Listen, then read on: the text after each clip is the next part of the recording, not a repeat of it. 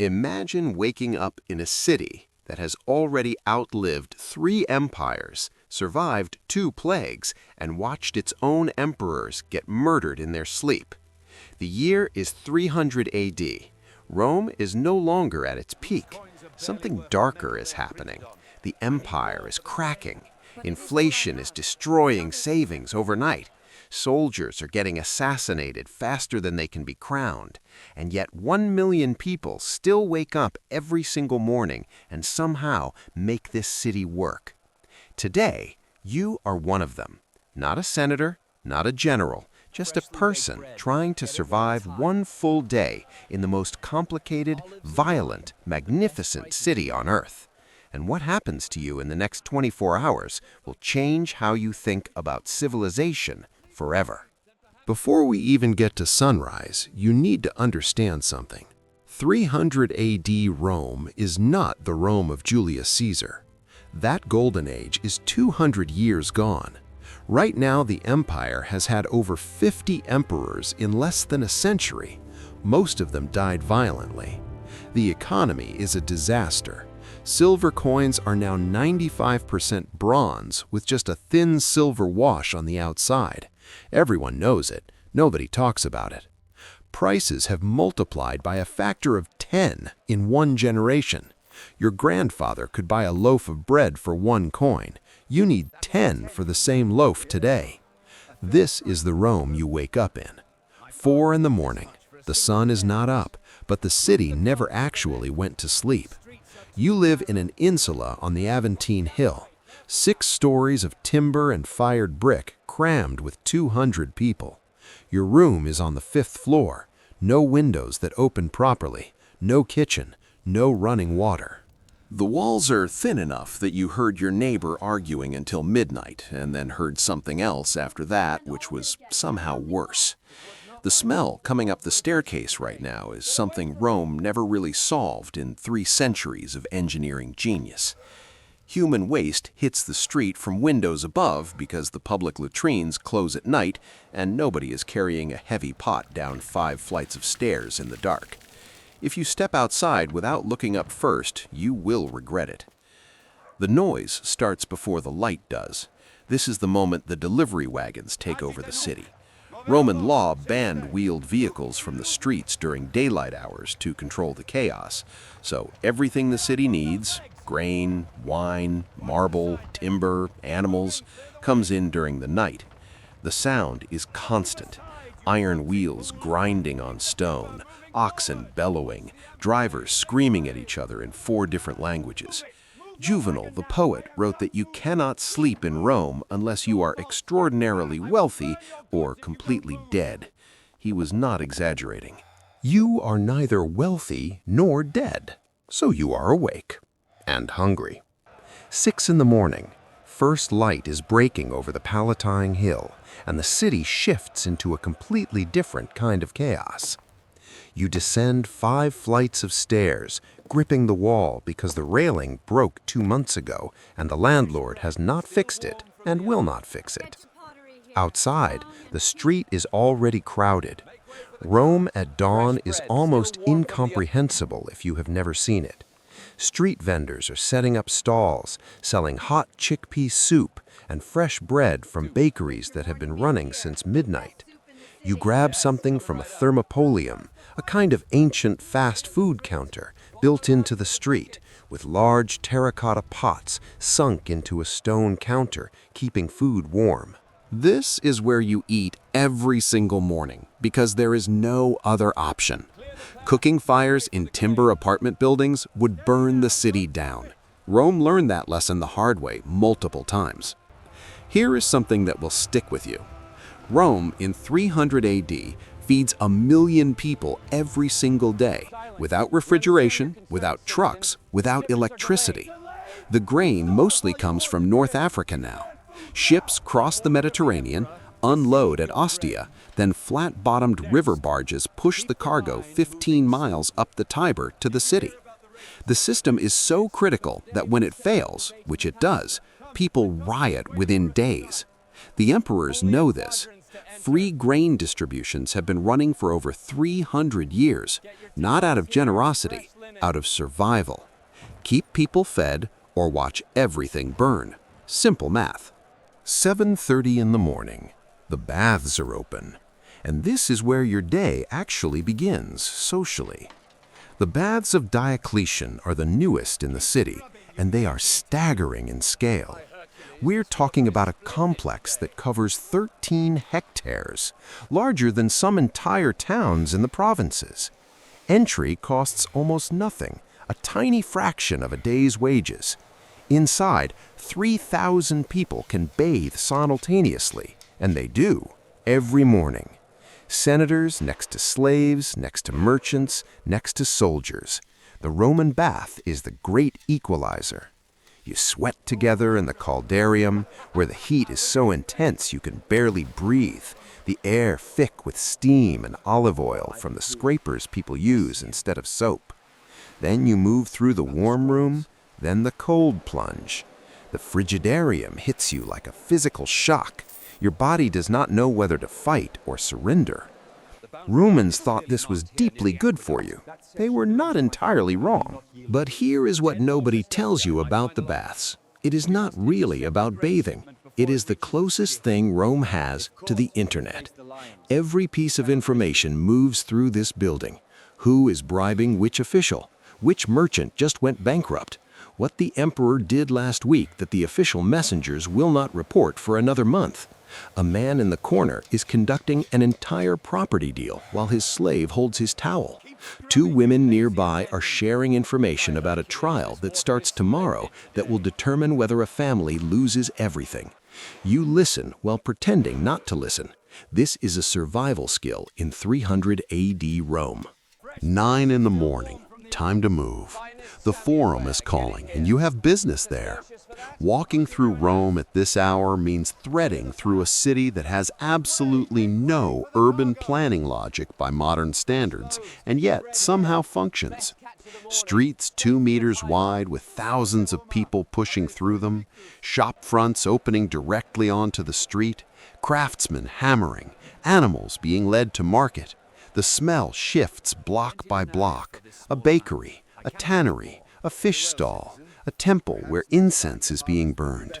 Your nose is reading a map of the city before your eyes do. The Forum Romanum is the beating heart of everything, and standing inside it for the first time still hits hard, even if you have lived in this city your whole life. The temples are everywhere. Saturn, Castor, and Pollux. The divine Julius. The rostra, where speakers address the crowds. There are lawyers shouting their cases loud enough for the whole plaza to hear, because Roman court is public entertainment and volume is part of the strategy. People cluster around the better orators like they would gather for a performer. A man near you is watching a trial with the same intensity you might give a chariot race. A verdict comes down.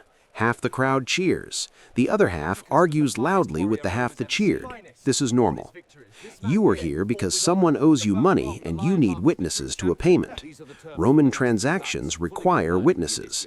No notaries, no official registry for most everyday contracts. 7 free citizens watching you exchange coins is what makes it legally real. You find your witnesses. The transaction happens. One problem solved. Now you have the rest of the day. 11 in the morning. Trajan's Market.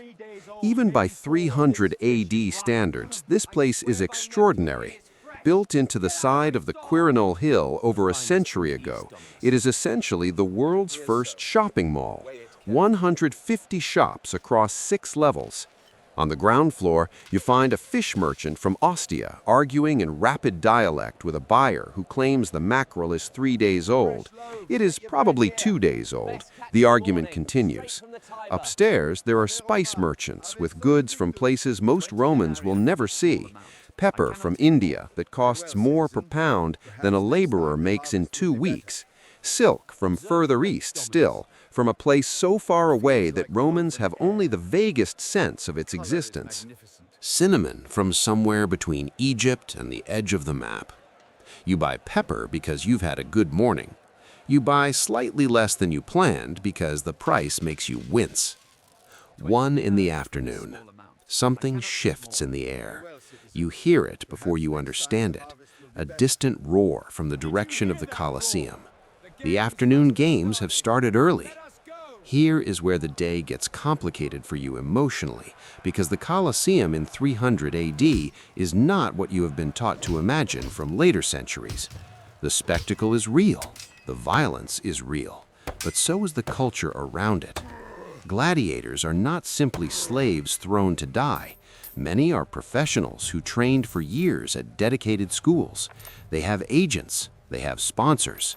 Successful fighters have fan clubs that span the entire city. Graffiti on walls in Pompeii decades earlier showed fighter names scratched alongside declarations of obsession. Rome is the same.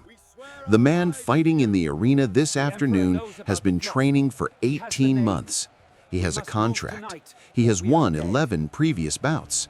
He is also a person who made a specific choice that most people would never make, and he made it because the alternative was worse. The crowd in the Colosseum is 50,000 people, expressing 50,000 individual reactions simultaneously. 3 in the afternoon. The heat of the day is breaking slightly, and the city starts moving faster again. This is when business picks back up. Workshops reopen. Street vendors rotate their stock. The conversations in every public space shift to the thing everyone in Rome is quietly terrified to discuss directly. The empire is splitting. Right now, in 300 AD, there are effectively multiple power centers competing for control. Military commanders in the provinces have been declaring themselves emperor with increasing frequency. The soldiers follow whoever pays them. The treasury is struggling to pay them. You do not say this out loud in a public place in Rome in 300 AD. You say it quietly to people you trust, or you say it in code, or you do not say it at all, and you just watch people's faces while the news travels through the city in whispers. 5 in the afternoon. Dinner time approaches, and the city enters its most human hour. Families appear in doorways. The brutal commercial energy softens.